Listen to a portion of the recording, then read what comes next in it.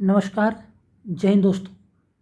हम लोग बात करेंगे समसामयिक की, करंट अफेयर्स की, जिसके अंतर्गत हम लोग सितंबर माह की क्रॉनिकल को पढ़ रहे थे और उसी के अंतर्गत आज का जो टॉपिक है वह है राज्य समाचार। समाचारों के अंतर्गत हम लोग जितने भी राज्य की महत्वपूर्ण जानकारियाँ होंगी और जो परीक्षा में आने के लायक होंगी उस पर ही हम लोग चर्चा करेंगे। तो हम सीधे बात करेंगे उत्तर प्रदेश से। उत्तर प्रदेश की अगर हम बात करें तो बुंदेलखंड एक्सप्रेसवे चर्चा में रहा है। 16 जुलाई 2022 को प्रधानमंत्री नरेंद्र मोदी ने जालौन जिले की उरई तहसील के, याद रखेंगे, जालौन जिले के उरई तहसील के कैथेरी गांव में बुंदेलखंड एक्सप्रेसवे का उद्घाटन किया। तो पूछा जा सकता है किस जिले में उद्घाटन किया गया, तो वह होगा जालौन जिला। और गांव तो नहीं पूछा जाएगा, तहसील भी नहीं पूछी जाएगी, सिर्फ जालौन जिला याद रखेंगे, उरई तहसील। अगर हम कुल लंबाई की बात करें तो 296 किलोमीटर लंबा है, 296 किलोमीटर लंबा है और यह 7 जिलों चित्रकूट, बांदा, महोबा, हमीरपुर, जालौन, औरैया और इटावा से होकर गुजरता है। इतना ही इसमें महत्वपूर्ण हो सकता है कि बस 2 क्वेश्चन बन सकते हैं, किस जिले में उद्घाटन किया गया इसका और कितने जिलों से होकर जाता है, और साथ में वह कौन 7 जिलों से होकर जाता है, तो वह 7 जिलों का नाम भी याद रखना चाहिए, क्योंकि यूपी ट्रिपल एससी ने कई बार इस तरह क्वेश्चन पूछा है कि पूर्वांचल एक्सप्रेसवे में इनमें से कौन सा जिला नहीं शामिल है।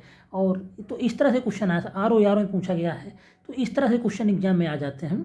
तो जालौन जिला याद रखना है कि वहाँ पे इसका उद्घाटन किया है PM द्वारा और 7 जिलों से होकर निकलता है। वह 7 जिले हैं चित्रकूट, बांदा, महोबा, हमीरपुर, जालौन, औरैया और इटावा। अगला बात करेंगे, फैमिली कार्ड स्कीम आई हुई है। तो 30 जून 2022 को मुख्यमंत्री योगी आदित्यनाथ ने लखनऊ में आयोजित एक समारोह में उत्तर प्रदेश में बेरोजगारी उन्मूलन की दिशा में एक बड़ा कदम उठाते हुए राज्य के प्रत्येक परिवार को एक कार्ड जारी करने की बात कही है।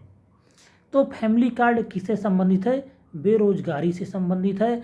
उत्तर प्रदेश के मुख्यमंत्री ने लखनऊ में आयोजित एक समारोह में उत्तर प्रदेश में बेरोजगारी उन्मूलन के लिए यह काम उठाया है और सरकार ऐसे परिवारों के कम से कम एक सदस्य को नौकरी, रोजगार या स्वरोजगार प्रदान करने का प्रयास करेगी। इसका यही एक महत्वपूर्ण लाइन है जिसको हम लोग याद रखेंगे। फैमिली कार्ड रोजगार और बेरोजगारी से संबंधित है।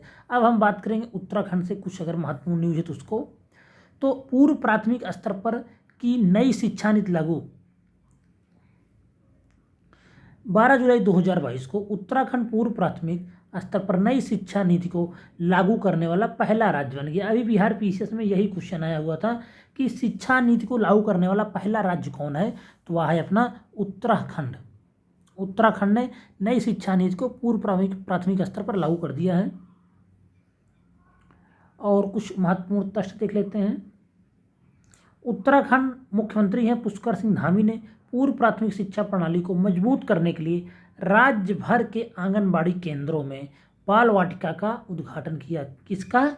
बाल वाटिका। याद रखेंगे, पूछा जा सकता है। और खासकर UKPSC और UK ट्रिपल SC इन सब के जो भी उत्तराखंड के एग्जाम है उसके लिए तो यह बहुत महत्वपूर्ण हो जाता है कि बाल वाटिका का उद्घाटन किसने किया है, तो मुख्यमंत्री हैं पुष्कर सिंह धामी, इन्होंने किया है। अब हम सीधे बात करेंगे राष्ट्रीय स्वच्छ शिक्षा नीति 2020 है क्या, उसके बारे में। तो केंद्रीय मंत्रिमंडल ने 29 जुलाई 2020 को राष्ट्रीय शिक्षा नीति 2020 मंजूरी दे दी। राष्ट्रीय शिक्षा नीति 2020 21वीं सदी की पहली शिक्षा नीति है और इसे 34 साल पुरानी राष्ट्रीय शिक्षा नीति 1986 की जगह ली। इससे पहले जो नई शिक्षा नीति आई थी 1986 में आई थी और अब आई है 2020 में। इसका क्रम लगाने को आया था UPPCS में या RO में, किसी एग्जाम में आया था, इन दोनों में से आया हुआ था। जून 2017 में प्रख्यात वैज्ञानिक पद्म विभूषण के कस्तूरी रंगन की अध्यक्षता में, याद रखेंगे, के कस्तूरी रंगन समिति,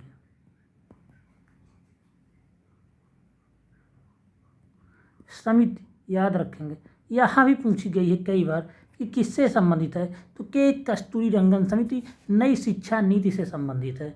की अध्यक्षता में ड्राफ्ट नेशनल एजुकेशन पॉलिसी के लिए एक समिति का गठन किया गया, जिसने राष्ट्रीय शिक्षा नीति 2019 का मसौदा तैयार किया और 2020 में यह स्वीकार कर ली गई।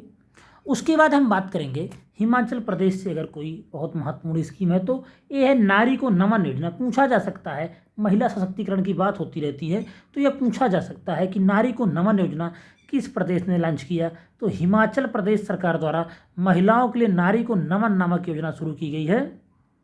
इस योजना के तहत हिमाचल सड़क परिवहन निगम में महिलाओं के लिए बस किराए में 50% की छूट दी जाएगी। बस इतना ही मतलब कि अगर यूपी पीसीएस, बिहार पीसीएस या उत्तराखंड जैसे परीक्षाओं में अगर इसका पूछा जाता है तो सिर्फ इतना पूछा जाएगा कि नारी को नमन योजना किस प्रदेश ने लॉन्च किया, किसने लॉन्च किया है, तो हिमाचल प्रदेश द्वारा लॉन्च किया गया है। महिलाओं को 50% छूट रहेगी परिवहन निगम की बसों में। झारखंड पर्यटन नीति आई है, तो झारखंड पर्यटन नीति कोई बहुत महत्वपूर्ण नहीं है, इसमें से कुछ भी ऐसा फैक्ट नहीं जो पूछा जा सकता हो। हाँ, अगर हम जेपीएससी के दृष्टिकोण देखें तो कुछ इसमें महत्वपूर्ण बन सकता है कि झारखंड पर्यटन नीति 2021 का मुख्य फोकस जो रहा है पारसनाथ, मधुबन और इटखोरी को धार्मिक तीर्थ स्थलों के रूप में विकसित करने की है। और वैसे भी जनरली सभी एग्जाम में पूछा गया है कि पारसनाथ पहाड़ियाँ कहाँ स्थित हैं, मधुबन कहाँ है, इटखोरी कहाँ है, ये सब पूछा जाता रहता है। तो इस सभी एग्जाम की तैयारी करने वाले इसको जानते रहें। तो पारसनाथ पहाड़ी तो सब जानते हैं झारखंड में स्थित है, क्योंकि ये भगवान जैन धर्म की एक बहुत बड़ा आस्था का केंद्र है पारसनाथ। तो पारसनाथ पहाड़ी सब जानते हैं। इस पर्यटन नीति में लातेहार, नेतरहाट, बेतला, चांडिल, डलमा, मिर्चौआ, गोतलसूट सर्किट जैसे इको सर्किट के विकास को भी शामिल किए हैं। बेतला राष्ट्रीय वन्यजीव अभ्यारण्य सब जानते हैं, पश्चिमी बिहार है। और नेतरहाट भी सब जानते हैं, पर काफ़ी बड़ा पर्यटक स्थल है। लातेहार भी सब जानते हैं, दलमा भी जानते हैं। तो ये सब पूछे गए हैं सभी एग्जाम में, यूपी के भी एग्जाम पूछे जाते रहते हैं, अन्य स्टेट के एग्जाम में भी पूछे जाते रहते हैं। तो झारखंड पर्यटन नीति के लिए इसमें से इतना ही याद रख सकते हैं, पारसनाथ, मधुबन और इटखोरी।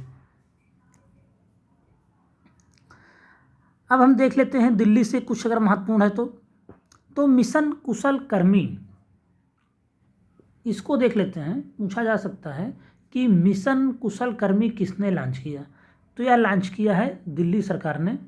उप मुख्यमंत्री मनीष सिसोदिया हैं, इन्होंने ही लॉन्च किया है इसको। निर्माण श्रमिकों के कौशल को उन्नत करने के लिए मिशन कुशल कर्मी की शुरुआत की इसने, दिल्ली के उप मुख्यमंत्री हैं। तो दिल्ली सरकार की योजना है, याद रखेंगे दिल्ली की, क्योंकि ये केंद्र शासित प्रदेश है और सभी एग्जाम में यहाँ से क्वेश्चन आते रहते हैं। हैप्पीनेस उत्सव कहाँ मनाया जाता है, दिल्ली में। यह 1-2 बार पूछा भी जा चुका हूँ, 4 साल इसके पूरे हो गए हैं। और अगर इससे संबंधित कुछ और महत्वपूर्ण है तो हैप्पीनेस पाठ्यक्रम के बारे में देख लेते हैं। जुलाई 2018 में हैप्पीनेस पाठ्यक्रम को आधिकारिक तौर पर 14वें दलाई लामा और दिल्ली के मुख्यमंत्री अरविंद केजरीवाल द्वारा लॉन्च किया गया था। इसको किसके द्वारा, दलाई लामा और दिल्ली के मुख्यमंत्री अरविंद केजरीवाल द्वारा लॉन्च किया गया था। इसका मुख्य उद्देश्य छात्रों के दिमागीपन और सकारात्मक उत्पादकता को बढ़ावा देना था।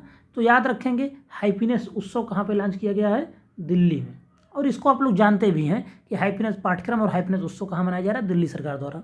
अब हम बात करेंगे सहभागिता योजना। इसको लॉन्च किया है दिल्ली के उपराज्यपाल विनय कुमार सक्सेना ने। कर संग्रह, दिल्ली के उपराज्यपाल हैं विनय कुमार सक्सेना ने कर संग्रह और अपशिष्ट प्रबंधन पारिस्थितिकी तंत्र में निवासी कल्याण संघों को भागीदार बनाने के लिए सहभागिता योजना शुरू की।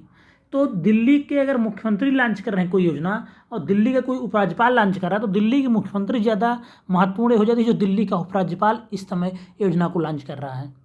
तो सहभागिता योजना भी महत्वपूर्ण हो सकती, पूछा जा सकता है। तो यह दिल्ली की उपराज्यपाल, और दिल्ली के उपराज्यपाल वर्तमान में कौन है यह भी पूछा जा सकता है, पूछा नहीं गया है। तो विनय कुमार सक्सेना। कर संग्रह और अपशिष्ट प्रबंधन पारिस्थितिकी तंत्र में निवासी कल्याण संघों जो वेलफेयर एसोसिएशंस हैं उनको भागीदार बनाने के लिए यह योजना लॉन्च की गई। तो सिर्फ इतना याद रखेंगे, सहभागिता योजना किस राज्य ने लॉन्च किया? दिल्ली ने। राजस्थान से देख लेते हैं अगर कोई महत्वपूर्ण योजना है तो पहली डिजिटल लोक अदालत 17 जुलाई 2022 को राष्ट्रीय कानूनी सेवा प्राधिकरण के अध्यक्ष उदय उमेश ललित ने जयपुर में आयोजित 18वीं अखिल भारतीय कानूनी सेवा प्राधिकरण बैठक के दौरान देश की पहली आर्टिफिशियल इंटेलिजेंस संचालित डिजिटल लोक अदालत का शुभारंभ किया। ये बहुत महत्वपूर्ण है और एग्जाम में देखने को मिलेगा। कहाँ पे लॉन्च हुई है? जयपुर में।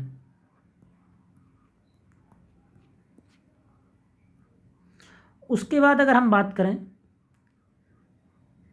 बात करते हैं एक जीके फैक्ट के रूप में, तो भारतीय राष्ट्रीय कानूनी सेवा प्राधिकरण को कानूनी सेवा प्राधिकरण अधिनियम 1987 के तहत स्थापित किया गया था। याद रखेंगे, कानूनी सेवा प्राधिकरण अधिनियम 1987 के तहत स्थापित किया गया था। यह समाज के कमजोर वर्गों को बिना किसी कीमत के सक्षम कानूनी सेवाएं प्रदान करता है।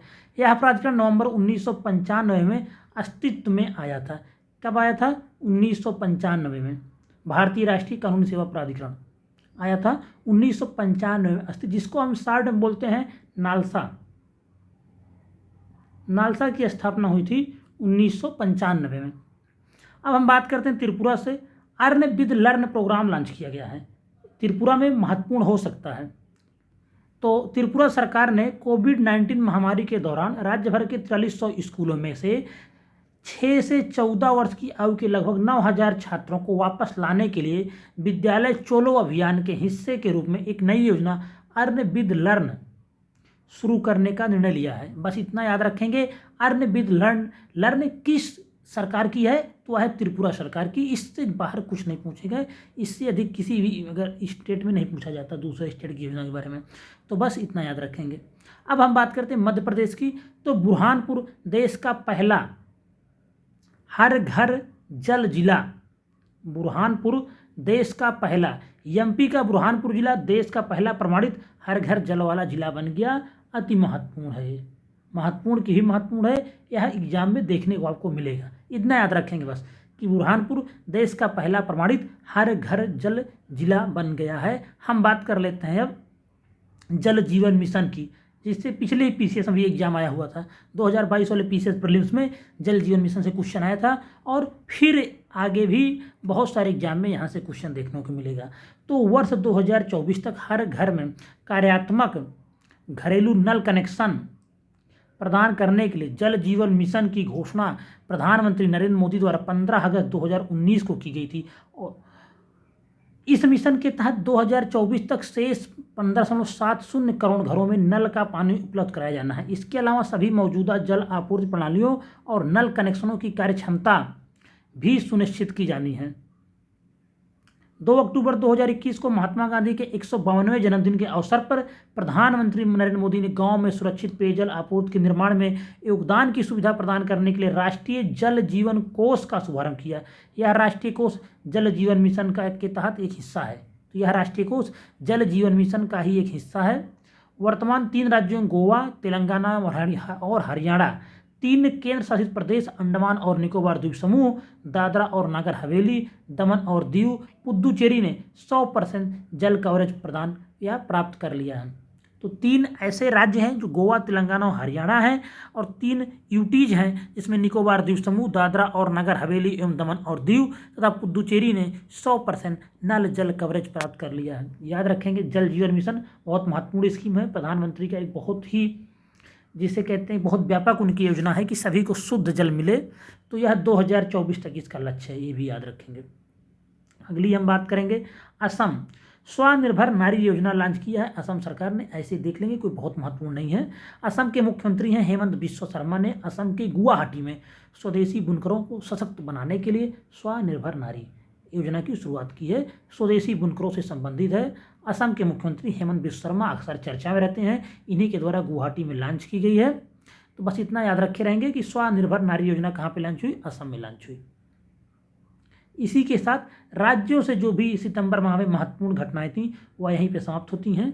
आपसे अनुरोध है कि जो भी वीडियो को पहली बार देख रहे हैं, वीडियो पसंद आए तो उसे लाइक करें और चैनल को ज़रूर सब्सक्राइब करें। धन्यवाद।